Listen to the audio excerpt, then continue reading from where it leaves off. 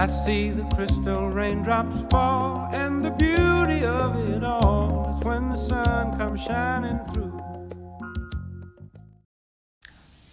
Hi, everyone, and welcome back to your favorite podcast in the media. Today we have a new chapter at Frijoleros podcast, and today I have a really special guest. Her name is Jill. Hello, everybody.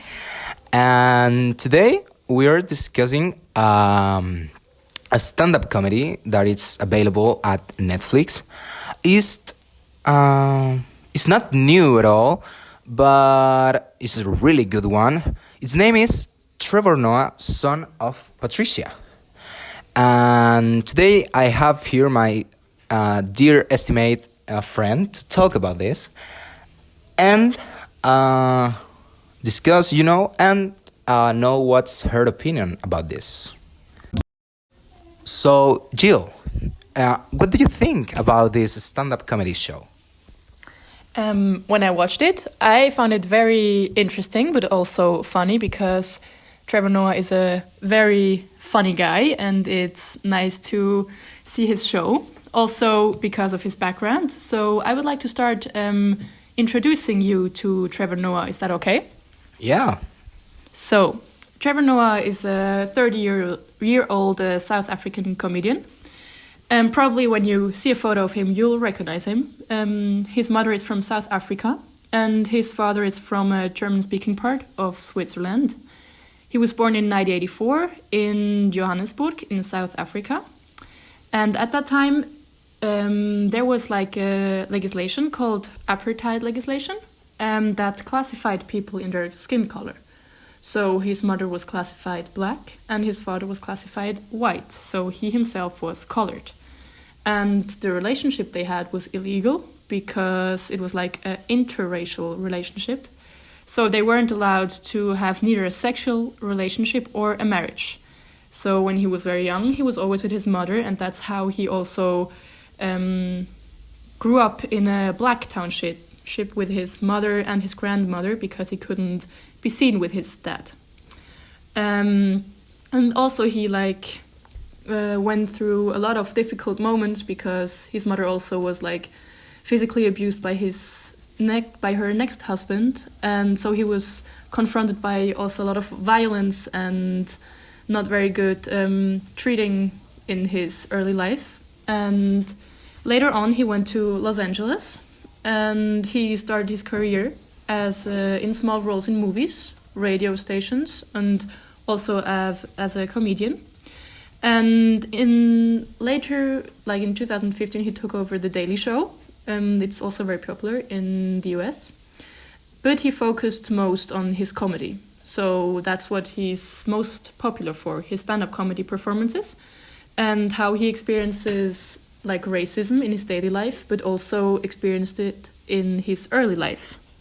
So I would like to talk about some main subjects that he's talking about in the shows.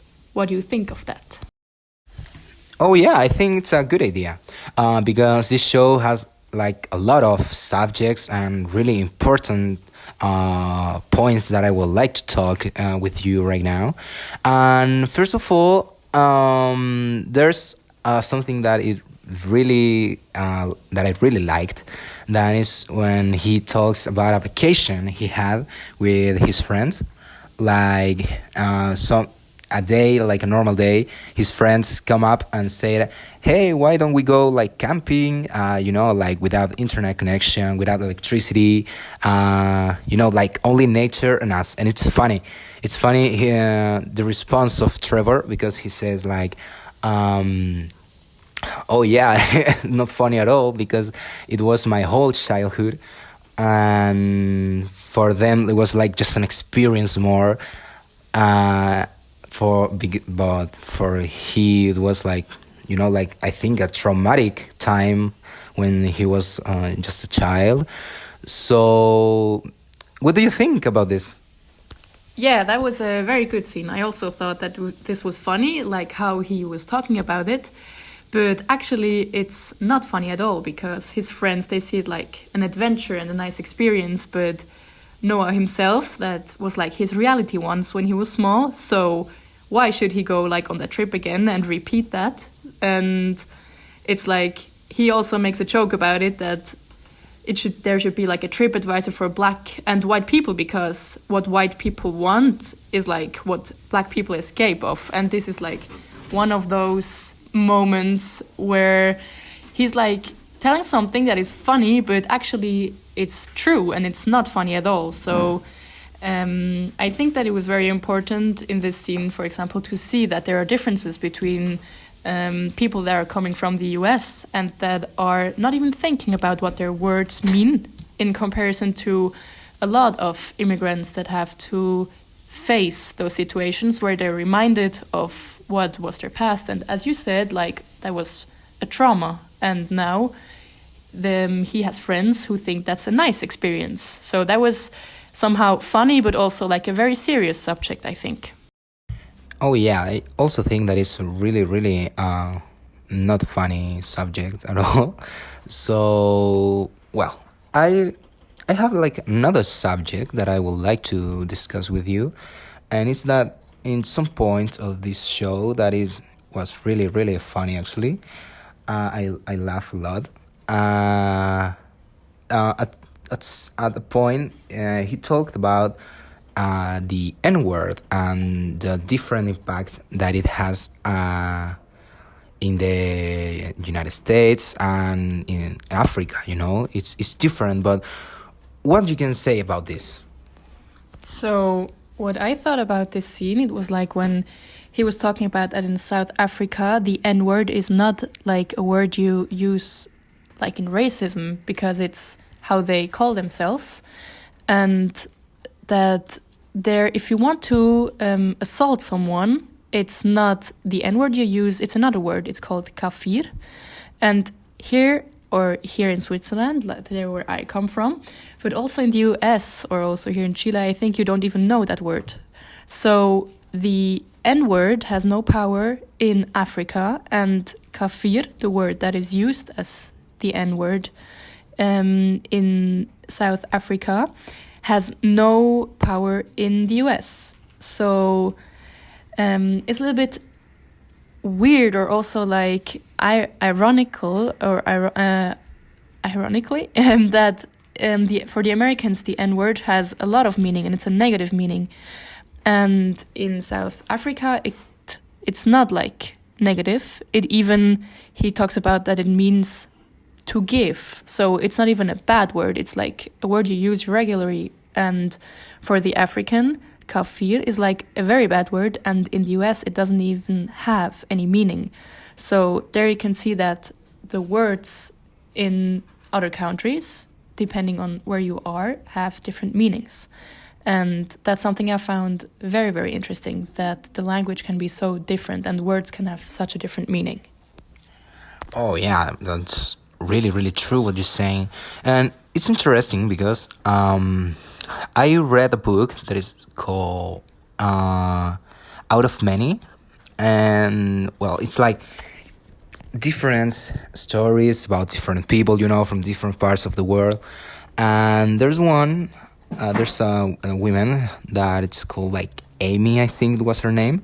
And she tells about her daughters and how they went to the United States. And she is from Ethiopia, you know, Africa too.